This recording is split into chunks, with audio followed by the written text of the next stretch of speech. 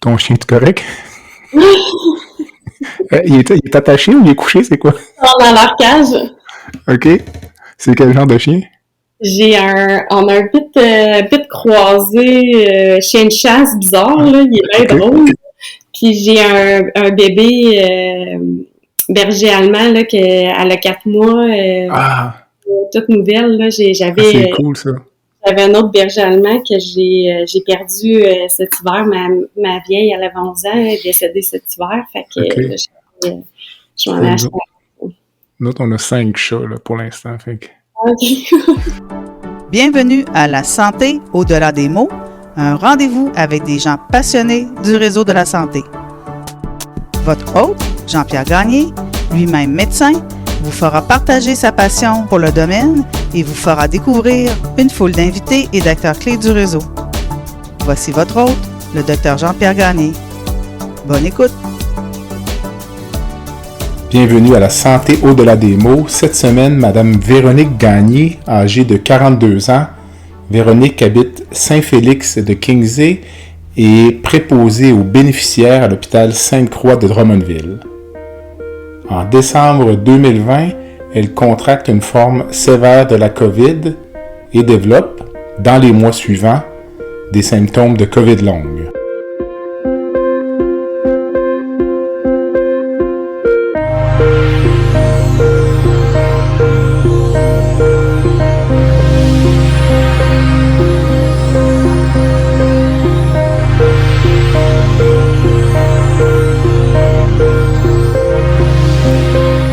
Au cours de l'entretien, nous discutons de sa vie avant et après la maladie, des traitements qu'elle reçoit et de la façon dont elle envisage l'avenir.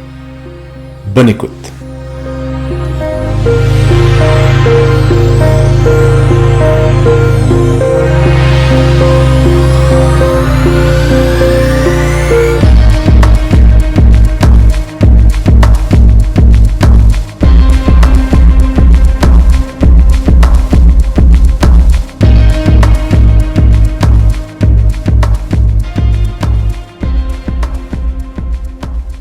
Bonjour Véronique. Bonjour. Merci de participer au balado La santé au-delà des mots. On est ici ce matin pour parler de ton expérience avec la COVID, puisque tu es actuellement atteinte de ce qu'on appelle la COVID longue. Oui. J'aimerais ça que tu me parles de ta vie avant la COVID, donc avant le printemps 2020. Là, quel genre de personne tu étais, puis qu'est-ce que tu faisais comme travail? J'étais une personne assez active, assez en forme. Je travaillais comme préposée aux bénéficiaires. Je m'entraînais beaucoup. J'ai un passé je faisais de la compétition de fitness dans une fédération, un naturel testé. Fait que je m'entraînais beaucoup, je mangeais bien. Je faisais ça par plaisir. Là, c'était pas dans un but professionnel. C'était vraiment Mm-hmm. pour le fun avec des amis. Ensuite de ça, c'est ça. J'avais comme un bon régime de vie. C'est ça. J'étais quelqu'un qui était beaucoup dans l'activité par rapport à tous mes passe-temps. J'étais une fille active. Je faisais de la moto. J'aimais ça. Tous mes passe-temps étaient très reliés à l'activité, là. Puis c'est ça. J'étais quelqu'un qui était reconnu pour son énergie. Fait qu'en tant que OK. préposée à l'hôpital, je faisais beaucoup de temps supplémentaire, mais avec je le faisais parce que j'avais la capacité, j'offrais beaucoup de mon temps. OK. Je m'offrais beaucoup, avez-vous besoin, je peux rester en temps supplémentaire, parce que c'est ça, j'avais l'énergie pour le faire, puis ça me faisait plaisir d'aider. Puis c'est ça, Puis, est-ce que c'était cet intérêt-là pour la bonne forme physique, la bonne santé qui t'a attiré finalement vers le milieu de la santé? Parce que ce n'était pas ton travail non, mais original, disons. ouais, j'ai toujours été quelqu'un qui était très, très près des gens, puis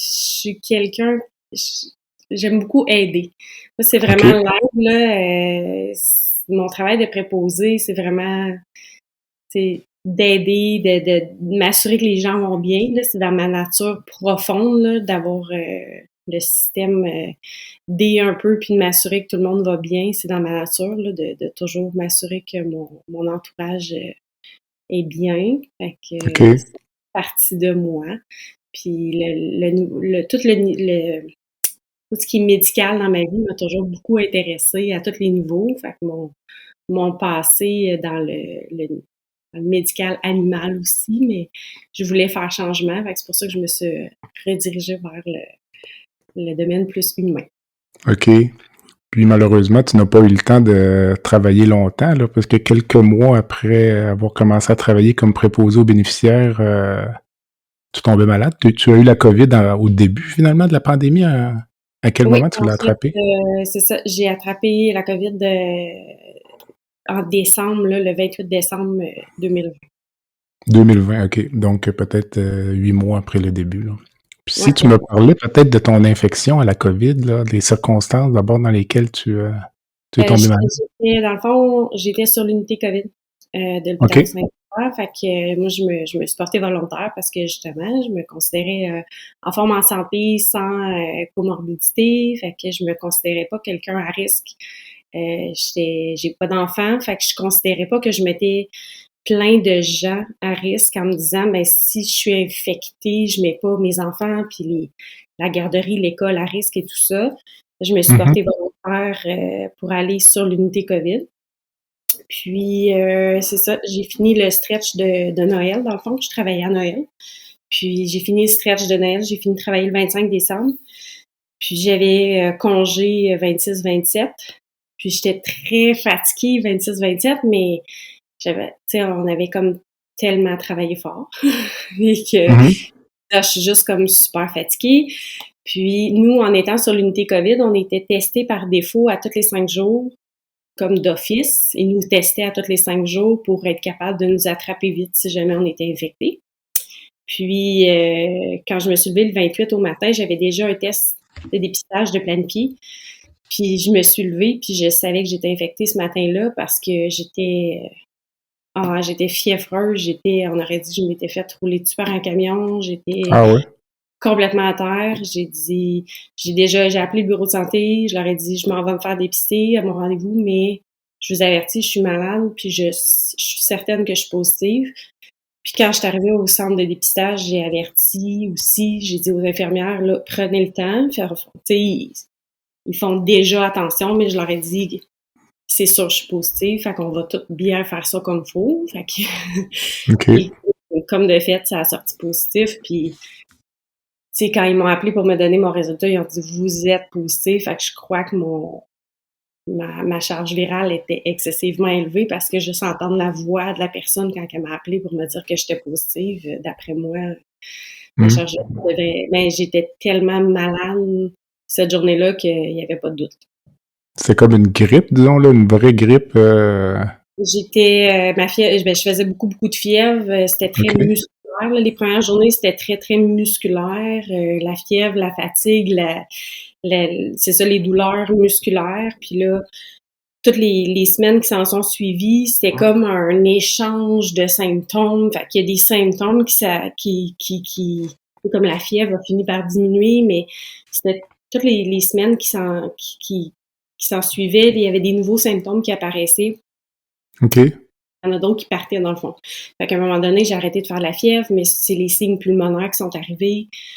Fait que là, je suis tombée comme à avoir de la misère à respirer, puis là, j'étais toujours essoufflée, puis je cherchais mon air, puis après ça, la 3e semaine, à un moment donné, j'ai perdu le goût, j'ai perdu l'odorat, puis j'ai eu quand on regarde, tu sais, je fais des blagues avec ça, mais tu sais, c'est pas drôle, mais quand on regarde la liste des symptômes sur le site de la COVID, j'ai OK. toute checklist, là. Je les ai toutes faites en OK. 2 mois. Ça a duré 2 mois. Je les ai toutes check, là. J'ai fait des rashes de boutons dans le dos, j'ai fait des conjonctivites. Tu sais, tous les symptômes qu'on entend moins parler, qui sont moins fréquents, qui peuvent arriver avec la COVID, ben moi, je les ai toutes faites. Fait qu'à chaque semaine, j'avais comme quelque chose de nouveau qui arrivait. Et j'avais des symptômes qui perduraient. Donc, tu sais, la fatigue, les difficultés respiratoires sont restées plus longtemps. plusieurs semaines, mais les poumons, ça a resté plus longtemps, mais sinon, comme les rashes de boutons, ça a duré comme peut-être, mettons, 2 semaines. Après ça, ça guérit, ça s'en va. Les conjonctivites, ça guérit, ça s'en va, mais à chaque semaine, j'avais toujours des nouveaux symptômes qui apparaissaient. Fait que ça a duré, en tout et partout, 2 mois. 2 mois, dans le fond, ça, c'est ton infection de la COVID dont tu n'as jamais récupéré, là. Ouais, primaire, que au bout de 2 mois, j'ai eu comme il a arrêté d'apparaître des nouveaux symptômes, puis j'ai retrouvé une certaine, pas une certaine, j'allais mieux, entre guillemets, là. J'étais pas parfaite. J'avais encore, j'avais pas, mon énergie était pas au top, puis ma respiration, mes poumons non plus, mais j'avais plus de, c'est ça, de boutons, de conjonctivite, de fièvre, de malaise partout. Donc, au bout de 2 mois, on a convenu que j'allais recommencer à aller travailler. Là, ça semblait ça semblait être passé. Là, la vague semblait être passée. Là, fait que je me suis dit bon, là, je vais retourner travailler. Là, j'ai toujours été une fille très de rédaction. Là, fait que je disais ok, c'est bon, là, j'arrive au bout. Là, j'ai passé les symptômes.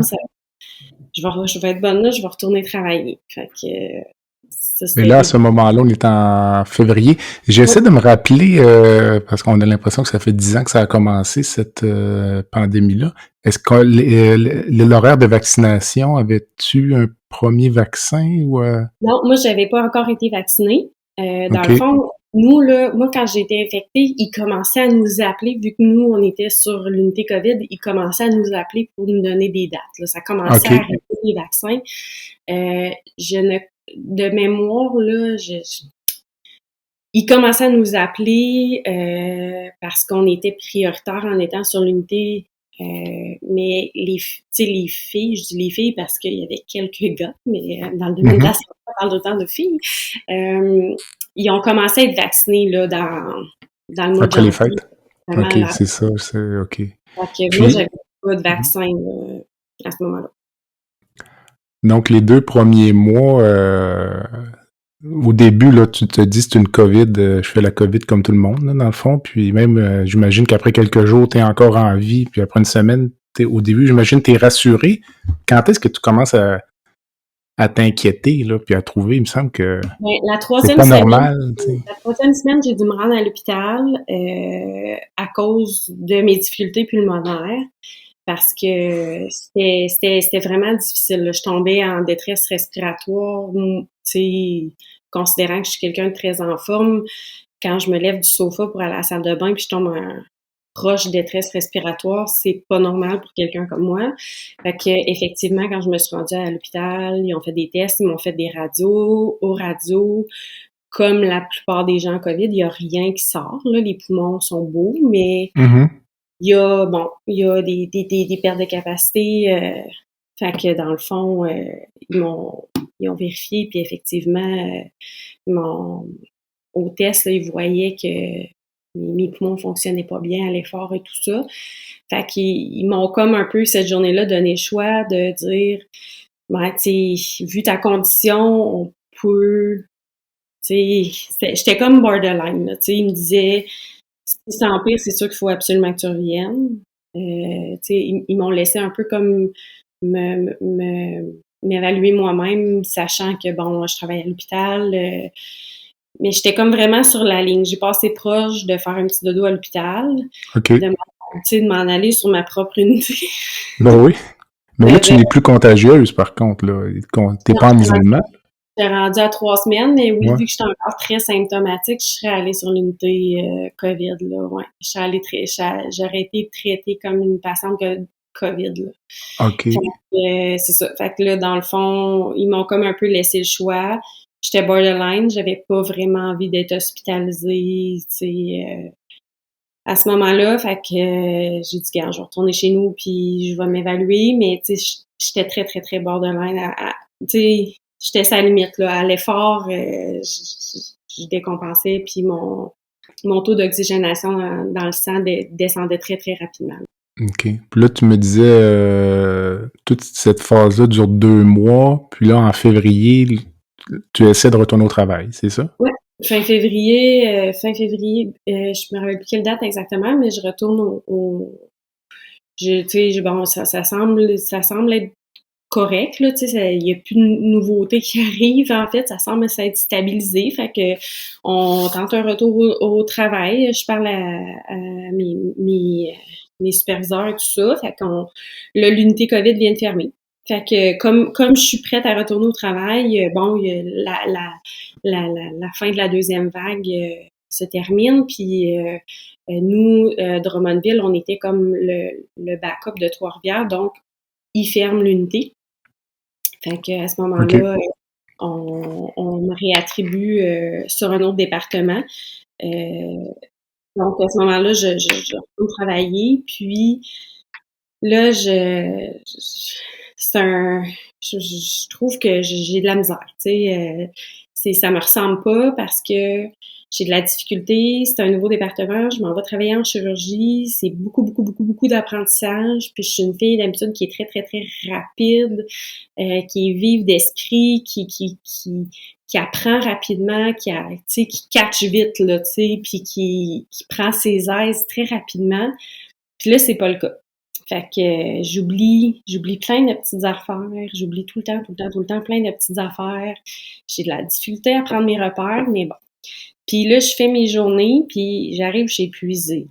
Épuisée, OK. épuisée, mais je me dis, bon, ben c'est normal, tu sais, c'est la nouveauté, c'est des grosses journées, j'ai plein d'affaires à penser. Ben, je me dis, c'est normal. Fait que j'arrive, puis mais je fais pas long, là. Tu sais, je soupe, je me couche très tôt, puis je repars le lendemain matin. J'ai fait 8 semaines Comme comme ça. ça, pile poil. Mmh. Et à la fin de la 8e semaine, le vendredi, j'avais congé parce que c'était mon week-end de travail. Et j'ai dormi 16 heures. Je me suis levée le matin, j'ai déjeuné, puis j'ai dit, oh mon Dieu, je suis pas en forme, je vais aller me recoucher. Et j'ai dormi 16 heures en ligne. Puis quand je me suis levée, je faisais de la fièvre. J'étais complètement malade. J'ai dit, mon Dieu Seigneur, que je suis chanceuse, je viens de pogner un variant. Donc, je OK. pensais, j'étais sûre que je venais de réattraper un variant. J'avais tous les symptômes de la COVID. OK. Fièvre inclus, j'étais malade, malade, malade, comme en décembre. Donc, je réappelle le bureau de santé, je suis malade, je fais de la fièvre, j'ai tous les symptômes de la COVID, je dois avoir attrapé un variant. Fait que, il me renvoie me faire tester, il m'enlève de l'horaire pour le week-end pour pas que j'aille travailler. Et là, mon test sort négatif. Fait que là, OK. c'est mieux parce que là, ils me disent, bon, ben là, OK, moi, je suis négative, mais j'ai tous les symptômes de la COVID. Fait qu'à ce moment-là, on m'envoie à la clinique de COVID à Drummondville. C'est une clinique qu'ils ont faite pour suivre les patients en COVID externes, là, pour un peu comme désengorger l'urgence. Euh, OK. pour les patients qui ont la COVID, mais qui ont besoin de suivi post, là, qui n'ont pas besoin d'être hospitalisés, mais qui ont besoin de suivi là, après un diagnostic de COVID là, pour des petites choses, là, des radios, des suivis. Là. Fait qu'ils me disent, va là, puis va voir un médecin. Fait que là, ça en est suivi quelques suivis là un peu, on savait pas trop quoi faire avec moi, c'était un peu nébuleux. Donc là, à ce moment-là, on est au mois d'avril, c'est bien ça? On est au mois d'avril. Donc c'est ça. Donc on est en avril. Donc là c'est ça. J'ai été consultée en fait à la clinique de la COVID, Mhm. qui est la clinique pour les suivis là, pour désengorger l'urgence. Puis ils savaient pas trop quoi faire avec moi sur le coup. Ils voyaient que mon état général était pas bon. Fait que là, ils m'ont comme mis en arrêt, ils ont fait des tests, ils voyaient que j'avais comme tous les symptômes de la COVID, mais je sortais négative. Puis finalement, j'ai pris rendez-vous avec mon médecin au privé. Puis je suis allée voir ma médecin, puis aussitôt que je suis arrivée, elle savait l'existence de la clinique de long COVID, c'était nouveau. C'était très, très, OK. très nouveau. Puis ça, elle, tout de suite, a dit, aussitôt que je lui ai parlé, puis j'ai expliqué un peu ma situation, elle m'a dit, t'as la longue COVID, je te réfère à Sherbrooke, tu vas aller voir le spécialiste. Et là, c'est comme ça que j'ai été référée à Sherbrooke, à la clinique du docteur Piché. Puis que là, les suivis ont commencé, puis que j'ai eu le diagnostic officiel de la longue COVID à partir... j'ai été vue en début juin à Sherbrooke, puis là, c'est là que j'ai eu mon diagnostic officiel de longue COVID. À ce moment-là, c'est donc à l'été 2021, quels sont tes symptômes à ce moment-là? Disons, là, il y a eu l'épisode de fièvre du mois d'avril, j'imagine que c'est rentré dans l'ordre.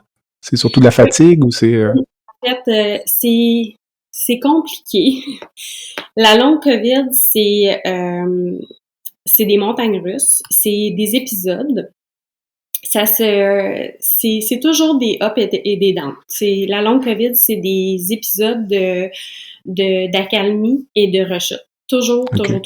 Fait que ça peut être une rechute qui va durer 3 jours, une petite rechute là, qui va durer 3 jours, un petit crash. Dans le langage de la longue COVID, on appelle ça vraiment des crashs. Puis ça peut être des rechutes qui vont durer, j'en ai eu, ma plus grosse, elle a duré 4 mois. Okay. Donc,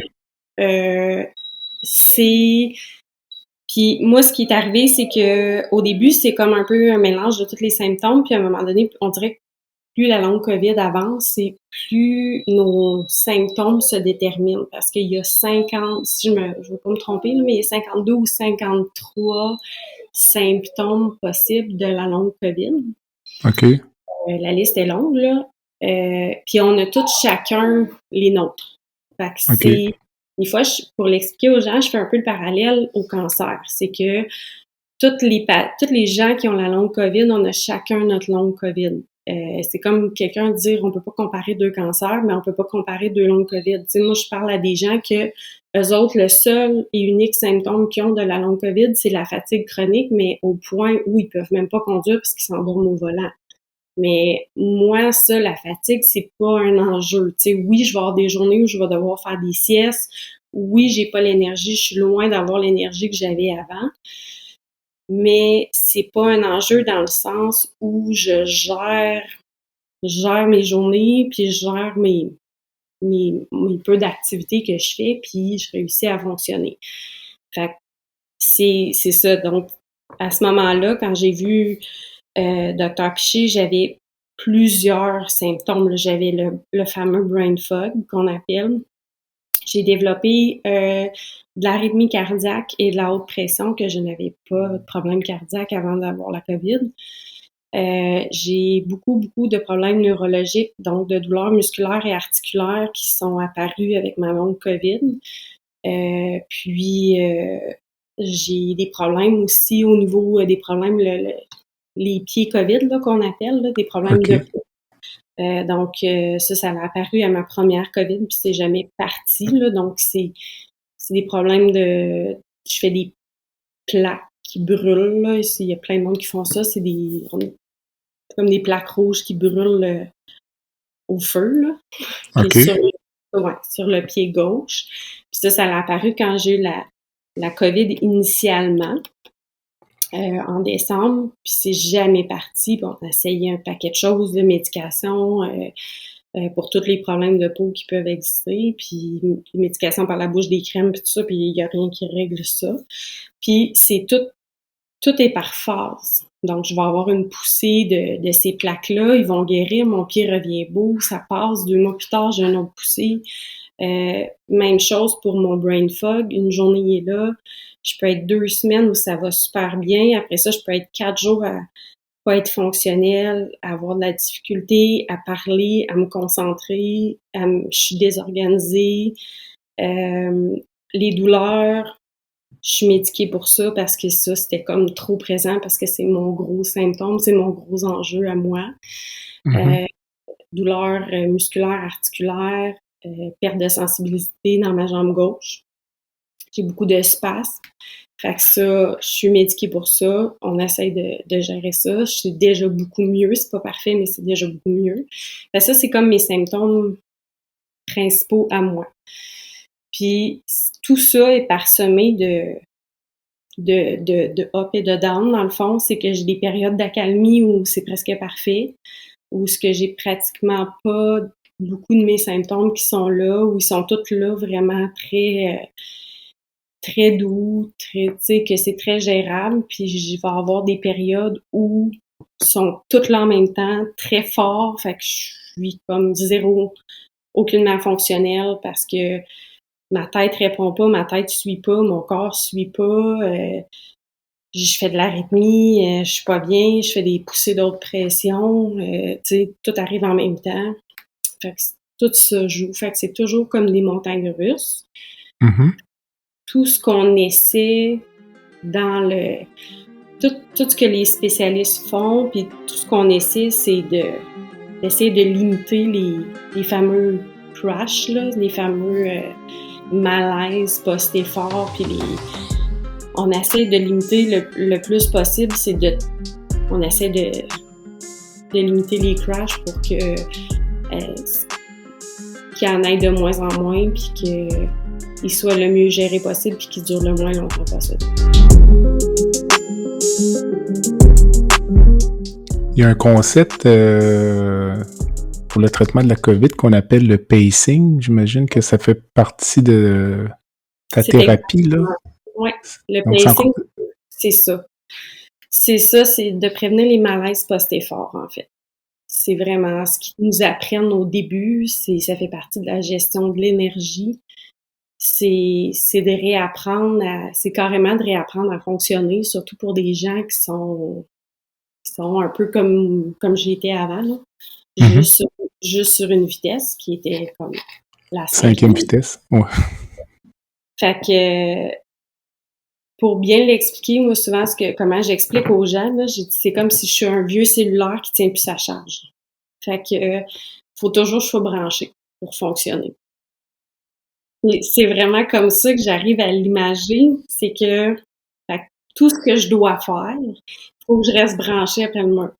Fait qu'il faut pas que je tire ma corde, parce que si je débranche, je tombe à terre, tu sais. OK. Fait que c'est le concept de pacing, c'est de dire, si aujourd'hui, mon plan, c'est de me lever,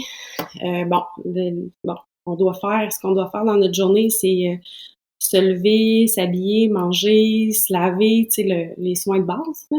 Mm-hmm. Si mon plan de la journée, c'est de passer la balayeuse, laver mes planchers, puis faire une brassée de linge.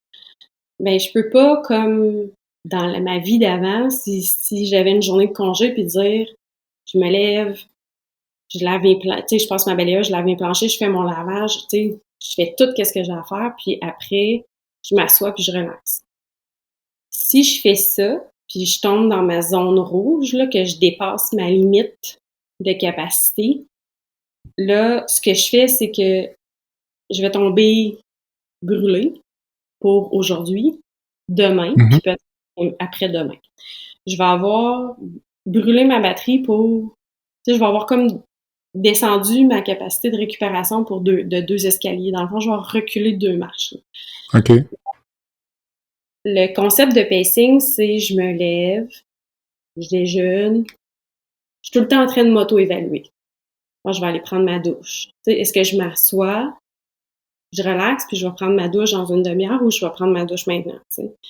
Puis c'est toujours être en train de s'auto-évaluer pour dire est-ce que je continue à faire des choses ou est-ce que je m'assois 10-15 minutes. C'est pas d'aller me coucher à chaque fois nécessairement, c'est de faire des petites pauses, des petits repos, de s'asseoir, puis de faire des vrais petits repos, là. Tu sais, comme ils nous disent, c'est de reposer aussi beaucoup le cerveau, pas faire de la tablette puis de la TV, là. C'est juste de s'asseoir un petit 15, écouter de la musique, puis juste s'évaluer, dire bon, ok, c'est bon, je suis rendue à aller passer ma balayeuse, ouais, c'est bon, je le file, puis de juste toujours être à l'écoute on tombe très bon pour s'auto-évaluer, puis être à l'écoute de notre corps, de dire bon, mais là, je suis en train de passer ma balayeuse, mais semble je commence à, ok, j'arrête. Puis des fois, peut-être que j'avais prévu faire ma balayeuse, ma mop, puis une brassée, puis peut-être que la mop, finalement, ça va aller à 6 heures à soir, ou la mop va aller à demain. Puis peut-être que finalement, en dedans de à 1h l'après-midi, je vais avoir réussi à faire tout ce que j'ai à faire sans être épuisée. Ça dépend des journées. Mais tu sais, des fois, je vais être en train de faire la vaisselle, puis je vais arrêter en plein milieu, je vais aller m'asseoir. Ça marche plus, là. Ça fonctionne plus. Je sens, mais c'est de prévenir les malaises post-effort. Au début, on en fait vraiment beaucoup, là.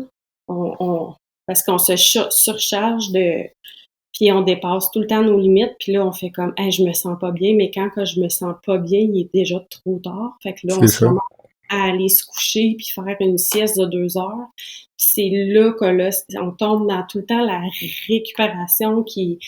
Là, après ça, demain, je vais dormir toute la journée parce que hier, j'en ai trop fait. Puis là, c'est là que ça marche plus. Là, on tombe tout le temps dans notre corps. On récupère pas, puis on ressort pas de ce niveau-là d'énergie-là qui est comme bas. Fait que c'est pour ça que je dis, je suis loin d'avoir les capacités que j'ai avant, mais quand on comprend le concept de pacing, mais là, on réussit à fonctionner, puis à en faire un peu chaque jour. Puis il y a des journées, je fais rien, puis il y a des journées, j'en fais plus. Puis, tu sais, de dire, bon, ben, OK, à soir, j'ai un souper. Fait qu'aujourd'hui, je fais rien, je prends ça relax, je me repose, je fais une petite sieste parce que je veux aller à mon souper. Parce que sinon, tu sais, ça fonctionne pas, là. C'est un petit peu contre-intuitif quand même, j'imagine, au début, puis contre nature, toi qui étais très active, sportive, parce que souvent, quand on récupère d'une maladie, le premier réflexe qu'on a, c'est de pousser la machine. C'est le premier réflexe que j'ai eu. Traditionnellement, c'était de pousser pour aller rechercher nos ressources, refaire notre musculature, notre cardio, là, puis là... J'imagine que juste accepter ce concept-là au début, pour toi, ça devait être difficile, là, parce que c'était tout nouveau, là, aussi, là, donc de dire non, il faut arrêter quasiment avant d'être fatigué, idéalement même. Jamais atteindre la limite. Les physios qui nous suivent, qui nous enseignent ça, ils nous le disent, là, le principe de la physiothérapie est d'aller à l'effort jusqu'à une réhabilitation, puis là, c'est de nous freiner jusqu'à une réhabilitation. C'est complètement l'inverse, là. C'est complètement l'inverse de ce qu'on fait d'habitude. Puis moi, ça a été mon premier réflexe. Quand je suis retombée en avril, j'ai eu le premier réflexe de retourner au gym en attendant pour Dr. Piché. Puis j'allais au gym, puis je mon Dieu, je suis pas forte, j'ai mal partout. Puis j'y allais. Puis quand j'ai eu ma consultation avec Dr. Piché, il m'a dit, OK, là, stop, tu vas plus au gym. Puis là, tu sais, il m'a pas chicané, mais presque, mais il m'a dit, c'est correct parce que c'est le premier réflexe que les gens en forme font. C'est un réflexe naturel de dire, ben, j'ai plus de cardio, je vais aller faire du cardio, mais c'est non, là, tu lèves plus de charge, tu t'entraînes pas, tu fais pas de cardio, là, tu bouges plus, tu vas en physio, puis ils vont t'enseigner comment reprendre. Moi, j'étais en train de m'empirer, là. Je m'empirais au gym, là, sans le savoir. On va prendre une courte pause et on revient avec Véronique Gagné. Le podcast La santé au-delà des mots est une présentation du groupe conseil Beauchamp, Beaulieu, Dessureau, Toupin de la financière Banque nationale Gestion de patrimoine. Comme nous croyons que la santé financière fait partie de la santé globale, nous sommes heureux de nous joindre au Dr Jean-Pierre Gagné pour vous souhaiter une bonne saison de La santé au-delà des mots. Tu veux lancer ton propre podcast mais tu ne sais pas comment t'y prendre? Pas de problème. Mouton Marketing peut t'accompagner de la conception au lancement. Envoie ton idée de podcast à bonjour@gomouton.com, bonjour@gomouton.com. L'univers du podcast t'attend.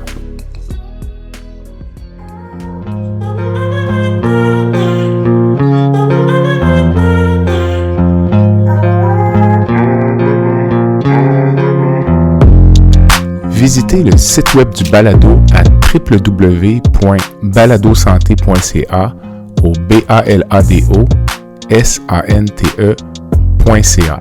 Visitez également notre page Facebook, envoyez-moi des commentaires, des suggestions d'invités et abonnez-vous au balado sur la plateforme de votre choix.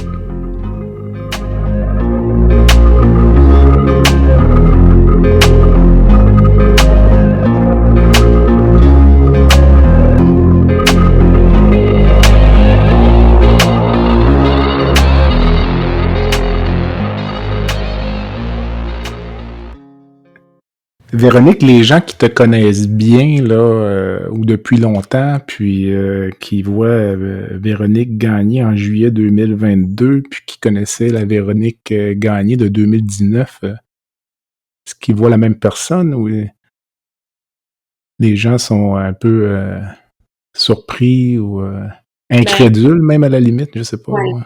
Les gens font le saut. En fait, ce que je remarque, c'est que surtout la première année, là, tu sais, là, ça fait 19 mois.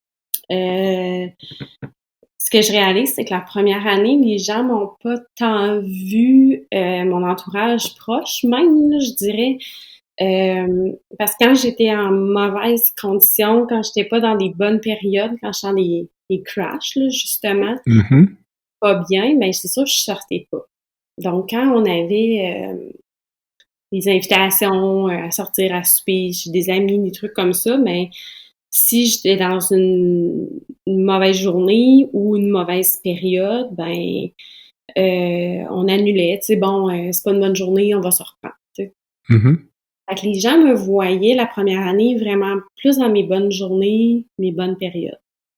Puis là, à un moment donné, ben ça fait son bout de chemin, ça fait partie de ma vie. J'ai pas le choix à un moment donné, de vivre avec ça, cette réalité-là. Fait que j'ai commencé à dire, bon, ben même si c'est pas une bonne journée, même si je sens pas ma jambe aujourd'hui, ben je vais aller souper pareil chez mes amis, puis je vais prendre ma canne, puis je vais aller souper, puis si ça fonctionne pas, ben on partira plus tôt, c'est tout, tu sais. Puis à un moment donné, t'as pas le choix de dealer avec ça parce que maintenant ça fait partie de ma vie, tu sais. Puis là, je réalise que j'ai eu à affronter, un an plus tard, que moi, ça fait vraiment partie de mon quotidien, j'ai eu à affronter ça. Le regard de ma famille, mes amis proches, de faire, attends un peu, là, ils ont comme réalisé à quel point j'étais atteinte de ça. Parce que, pas que j'ai voulu le cacher, mais c'est que quand j'étais pas bien, je sortais pas. Quand j'allais pas bien, je sortais pas. Fait qu'ils voyaient pas ça, cette face. Mhm. Moi, ils voyaient pas la Véro maganée. Ils voyaient quand ça allait bien. Tu sais. Fait que, ça, j'ai trouvé ça dur. J'ai OK. trouvé ça. Ouais. Puis il y a des corollaires qui sont faits entre la COVID longue, syndrome de fatigue chronique, fibromyalgie là, Ouais. au niveau des symptômes. C'est des maladies là, qui viennent avec un paquet de préjugés aussi là, de la part au sein de la population, ou même du corps médical, là, pour être bien honnête. Mm. Est-ce que tu est-ce que tu subis ce jugement-là, toi, ou est-ce que tu le sens là, comme si les gens, sans qu'ils le disent, mais parfois attitude, commentaire, avoir l'impression peut-être que t'en mets un peu ou que peut-être que les gens ne connaissent même pas le concept de COVID long, puis ils l'apprennent en te connaissant, puis... Ben, au début, j'ai senti pas de mon entourage, ben un peu de mon entourage, là, tu sais, à un moment donné, tu fais beaucoup d'informations, tu expliques beaucoup aux gens ce que tu vis, puis comment ça marche, puis tout ça. Puis à un moment donné, un peu des gens que tu connais moins, à la limite que tu connais presque pas, je me faisais un peu une mission de faire de l'information, de l'enseignement, puis à un moment donné, j'ai un peu arrêté parce que je me suis rendu compte que là, ça devient un peu touché parce que sans subir de jugement ou quoi que ce soit, c'est que là, automatiquement, si tu parles avec quelqu'un qui est anti-vax, il t'écoutera pas. Il va te dire, ouais, mais t'étais-tu vacciné? T'as-tu reçu tes vaccins? Parce que lui, ce qu'il voudrait, c'est prouver que c'est pas la COVID qui t'a rendu malade, c'est ton vaccin. OK, ouais. Puis là, si, tu sais, puis là, je veux pas embarquer là-dedans. Tu sais, moi, je dis toujours, j'ai pas d'opinion politique vaccinale par rapport. Moi, ce que je sais, c'est que j'ai attrapé la COVID. Tu sais, non, j'avais pas eu mon vaccin encore. J'ai été malade, puis tu sais, j'en fais pas une grosse politique ou tu sais, ce que je vis, c'est que je le vis moi, puis je connais plein d'autres mondes qui l'ont parce que j'ai connu des gens avec le temps à mes rendez-vous médicaux puis tout ça, puis on se supporte là-dedans, puis c'est pas drôle, puis on n'a pas tout le même niveau non plus d'atteinte. Puis tu sais, fait qu'à un moment donné, j'ai été obligée j'en parlais moins parce que je me rendais compte que là, tout le monde avait son opinion à dire. Puis là, tout le monde veut que tu prennes, tu sais, du curcuma, puis de la racine de quelque chose. Puis là, à un moment donné, j'ai comme limité un peu d'en parler parce que surtout quand tu connais pas les gens, parce que j'étais un peu tannée de me faire dire de boire de prendre du curcuma puis des plantes de je sais pas quoi. Puis c'est pas méchant, mais c'est parce que tu sais, j'ai un super bon suivi médical, j'ai une équipe médicale en or, je suis super bien entourée. Moi, de mon côté, je fais des lectures, j'essaie de me renseigner, de faire mon bout de chemin aussi de mon bord. Puis, à un moment donné, c'est gentil, là, tu sais, tout le monde a son opinion à dire, mais ça vient lourd aussi, là, tu sais, Mhm. que tout le monde voudrait te faire manger quelque chose là, pour te guérir, là, tu sais. Tu parlais de ton suivi médical. As-tu accès à tous les services dont tu as besoin dans le secteur public? Pour avoir entendu d'autres entrevues sur ce sujet-là, il y a beaucoup des secteurs d'activité selon les régions qui relèvent de la médecine privée. Là. Là, il y a une clinique à Sherbrooke. Est-ce que c'est un plan complet ou il manque quand même des choses que tu dois aller chercher Ouais, moi, ailleurs?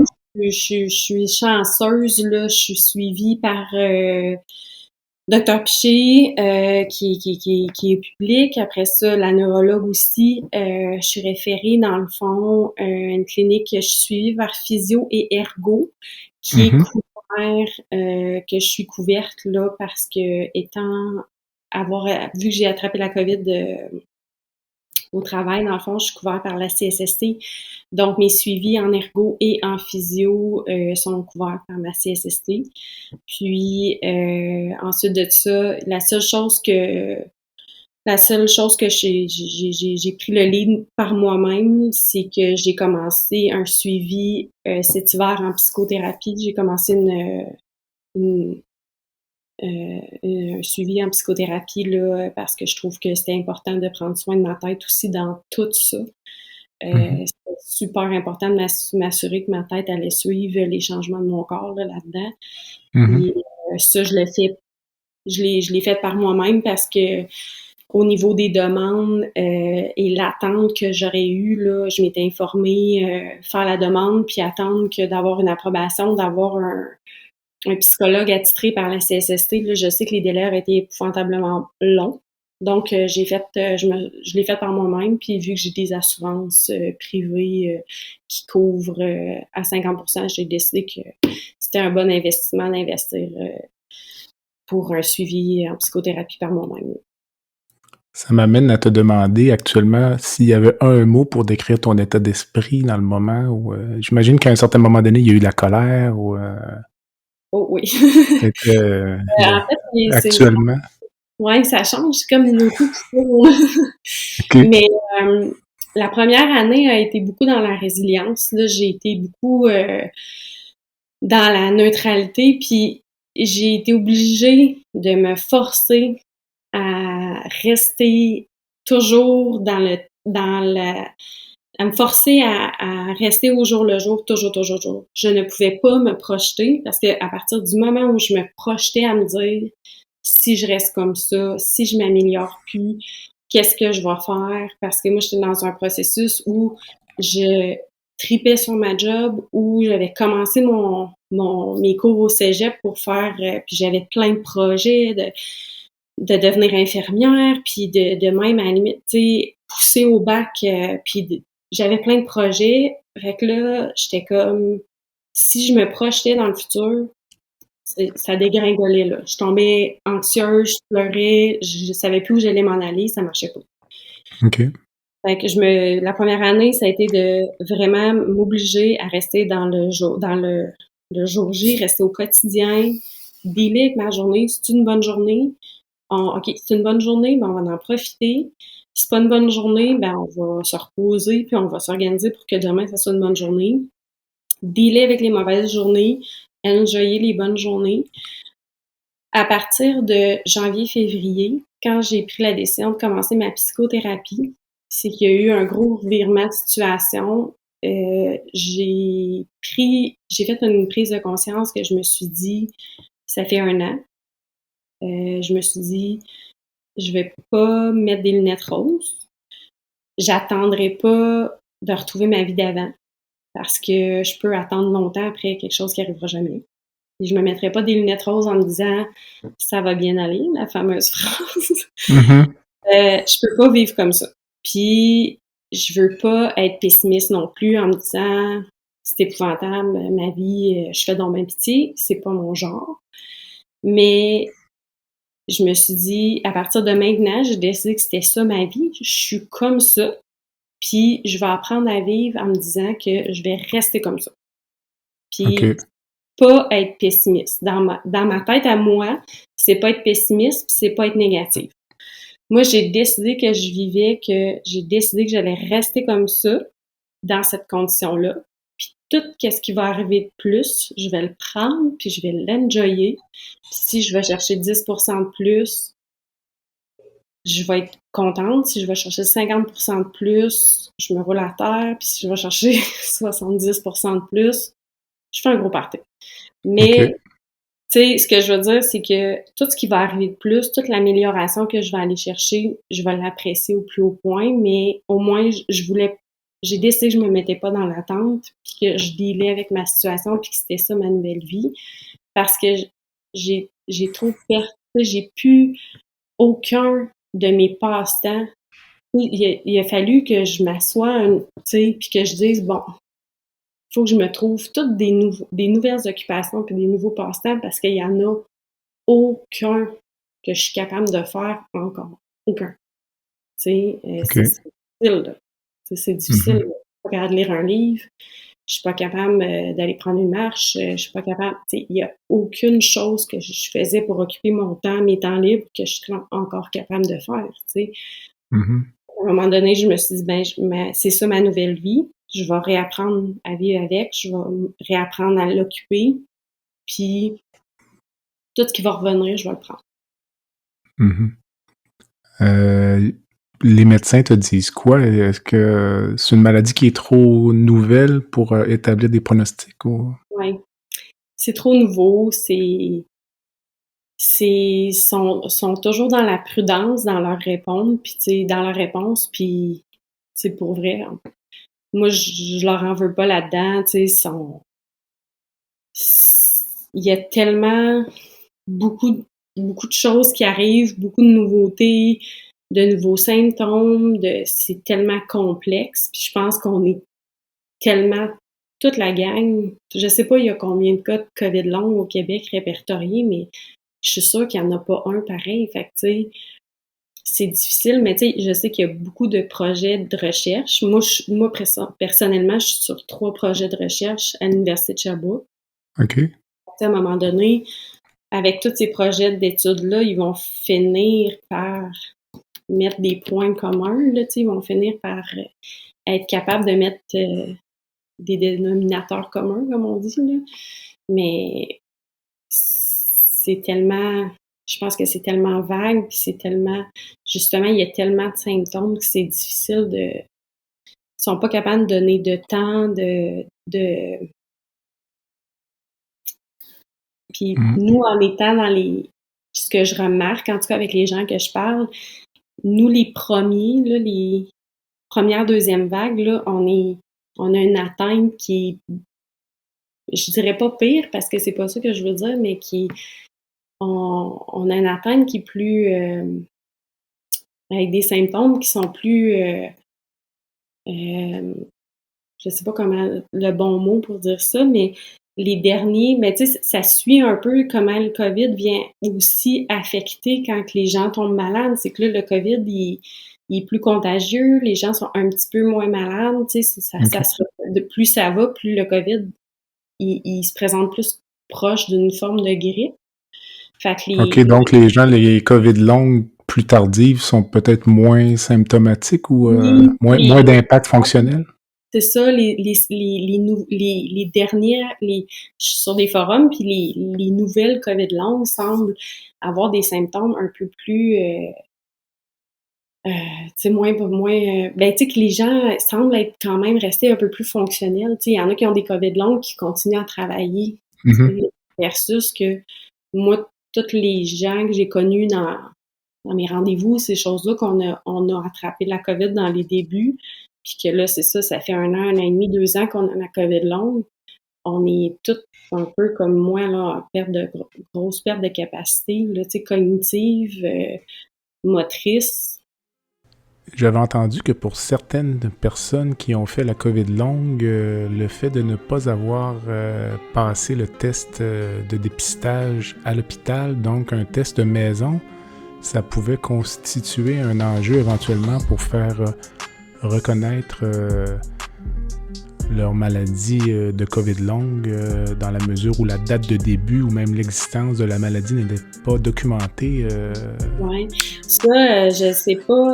Tu sais, j'imagine que c'est un enjeu pour avoir justement pour les cas de CSST, tout ça. C'est ça. Ça doit être un enjeu, là. Mais moi, j'en connais pas personnellement. T'en connais pas dans ton environnement, ok. Ouais.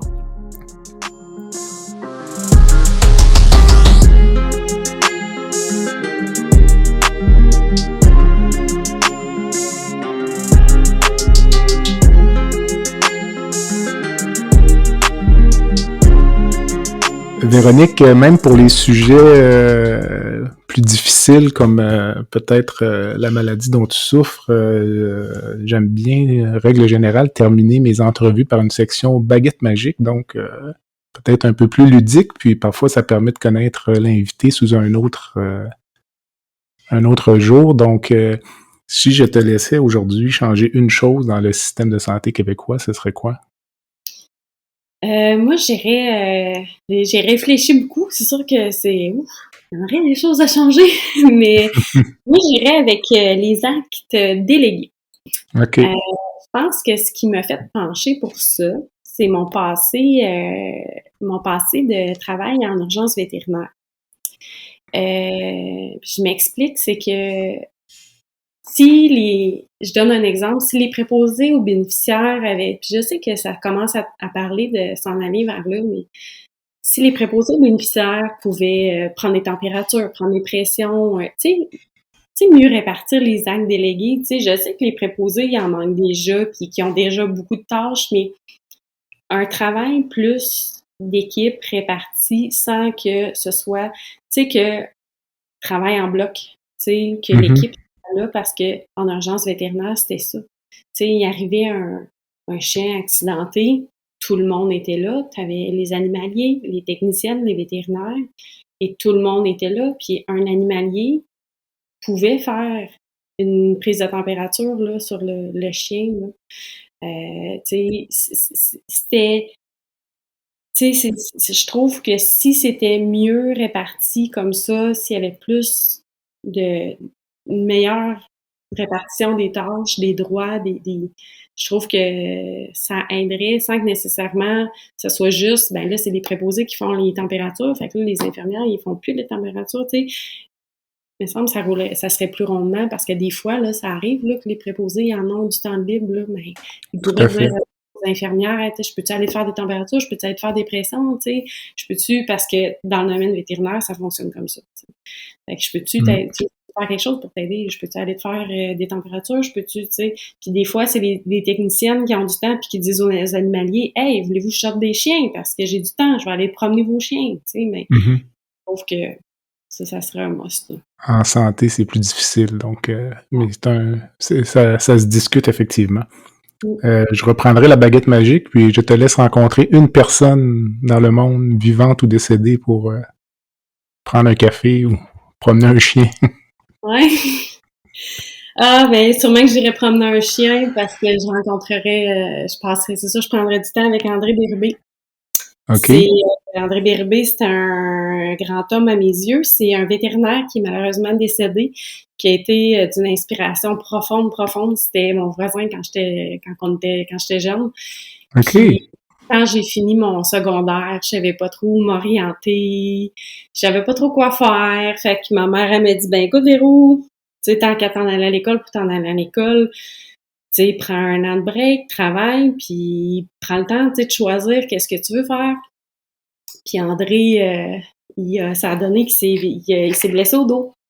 Fait que c'est un vétérinaire de grands animaux, puis il avait besoin de quelqu'un pour l'aider parce qu'il pouvait plus lever des charges. Puis je me suis mis à travailler avec lui puis faire de la route avec lui pour l'aider. Puis André, c'est un homme extraordinaire qui m'a inspiré, qui m'a motivé, ça a fini qu'il a ouvert une clinique de petits animaux. Je travaillais à sa clinique. C'est de là que tout est parti, mon grand amour. J'ai toujours eu un grand amour pour les animaux depuis que je suis jeune, Oui. mais il m'a appris plein d'affaires. Il m'a fait vivre des choses extraordinaires, épouvantables que je parle encore. Écoute, on a soigné des bisons, des autruches, des histoires rocambolesques. Puis cet homme-là m'a inspiré, là, il m'a groundé, il m'a encouragé, là, il m'a donné une confiance de poursuivre mes études, puis que j'avais la capacité de faire ce que je voulais dans la vie, là. Et malheureusement, c'est ça, il est décédé ben trop jeune, accidentellement, puis ouais, si j'avais la capacité de m'asseoir avec quelqu'un, puis de jaser avec, là, puis c'est sûr que ça serait lui. André Bérubé. Oui. Puis je réalise que ton expérience avec lui, ça vient rejoindre un petit peu ton propos sur ouvrir les champs de pratique, dans le fond. Oui.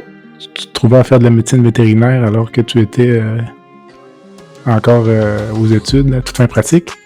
Ah oui, puis il y a rien qu'il n'a pas fait pour essayer de me jouer des tours dans les étables. En tout cas, il n'y a rien qu'il n'a pas fait, puis c'est des souvenirs incroyables là, que j'ai gardés toute ma vie. Ah, c'est fantastique. Ouais. As-tu une dernière pensée ou qui te vient à l'idée là, avant de conclure? Oui, je veux dire à toutes les gens qui vivent ce que je vis, de rester fort, de rester confiant malgré ce qu'on vit. C'est ça, faut, comme je dis, je me mets pas de lunettes rouges, je suis pas pessimiste, puis j'essaie de réaligner ma vie puis de me dire que tout ça va avoir une fin positive à un moment donné, que ça amène quelque chose d'autre, là, ça va déboucher sur quelque chose d'autre, puis en espérant que c'est ça, qu'ils trouvent quelque chose pour nous. Ouais, la solution pour nous. Ouais.